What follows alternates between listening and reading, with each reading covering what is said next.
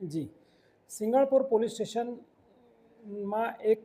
2025માં 205/2025 NDPS act મુજબ ગુનો દાખલ થયેલ, જે ગુનો તારીખ 18/3/2025ના રોજ દાખલ થયેલ, જેમાં અલ્પેશ મિયાણી નામના ઈસમ પાસેથી પોતાની કારમાંથી 78 ગ્રામનું ડ્રગ્સ મળી આવેલ, જે સિંગણપુર પોલીસે ગુનાના કામે કબજે કરેલ. ત્યારબાદ તેની વધુ તપાસ કરતાં આ ક્વોન્ટિટી ક્યાંથી આવી અને કેવી રીતે આવી, તે અલ્પેશ ક્યાંથી લાવ્યો તે બાબતે તપાસ ચોક બજાર પીઆઈને સોંપાયેલી. ચોક બજાર પીઆઈ 1 મહિનો તપાસ કર્યા બાદ અરજદાર સામેવાળા તરફથી રજૂઆત થતાં સદર તપાસ એસઓજી શાખામાં સોંપાયેલી, જે તપાસ ટીબી પંડ્યા નાઓએ કરેલી. અને આ ડ્રગ્સ ક્યાંથી આવેલું તે એસઓજીના પીઆઈ શ્રી ટીબી પંડ્યા સાહેબે ડ્રગ્સ આપનાર વ્યક્તિઓ સમીર બલ્લર અને બીજો સફી નામનો માણસ હતો, જેમણે ડ્રગ્સ સપ્લાય કરેલો, જેમના નિવેદન લીધેલા અને એ નિવેદન જૂની કલમ 164 મુજબ મેજિસ્ટ્રેટ રૂબરૂ પણ લેવડાવેલા, જેમાં હકીકત બહાર આવેલ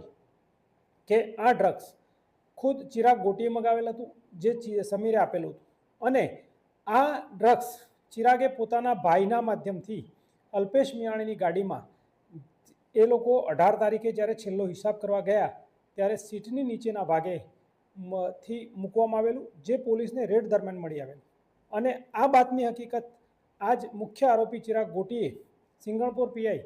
શ્રી વાયપી ગોહિલ સાહેબને આપેલી હતી, અને વાયપી ગોહિલ સાહેબની બાતમી આધારે વાહન ચેકિંગમાં રેડ થયેલ અને રેડ દરમિયાન તેણે બતાવેલ જગ્યાએથી NDPS મળી આવેલ, જેના ભાગરૂપે તેના નાના ભાઈની અગાઉ ધરપકડ કરવામાં આવી હતી અને તેના નાના ભાઈની જામીન અરજીની નીચલી કોર્ટમાં તેમજ હાઈકોર્ટમાં રિજેક્ટ થયેલી, જેથી તેઓ સુપ્રીમમાં ગયેલા અને સુપ્રીમમાં પણ તેની જામીન અરજી પર નામદાર સુપ્રીમ કોર્ટે હુકમ કરેલ કે ચિરાગને 15 દિવસમાં સરેન્ડર કરવું, જેના આધારે સદર આરોપી ગઈકાલે નામદાર કોર્ટમાં સરેન્ડર થયેલ છે અને અમે તેની માગણી કરી વિધિસરની ધરપકડ કરી અને આગળની કાયદેસરની કાર્યવાહી કરવા જઈ રહ્યા છીએ. ચિરાગની પ્રાથમિક પૂછપરછમાં પોતે નેપાળ ગયેલો હતો અને ત્યાં જ નેપાળ રહેતો હતો તેવું તેનું કહેવું છે. અને હકીકતમાં 2-3 જગ્યાએ અમે તપાસ કરી તો એ મળી આવેલ નહોતો,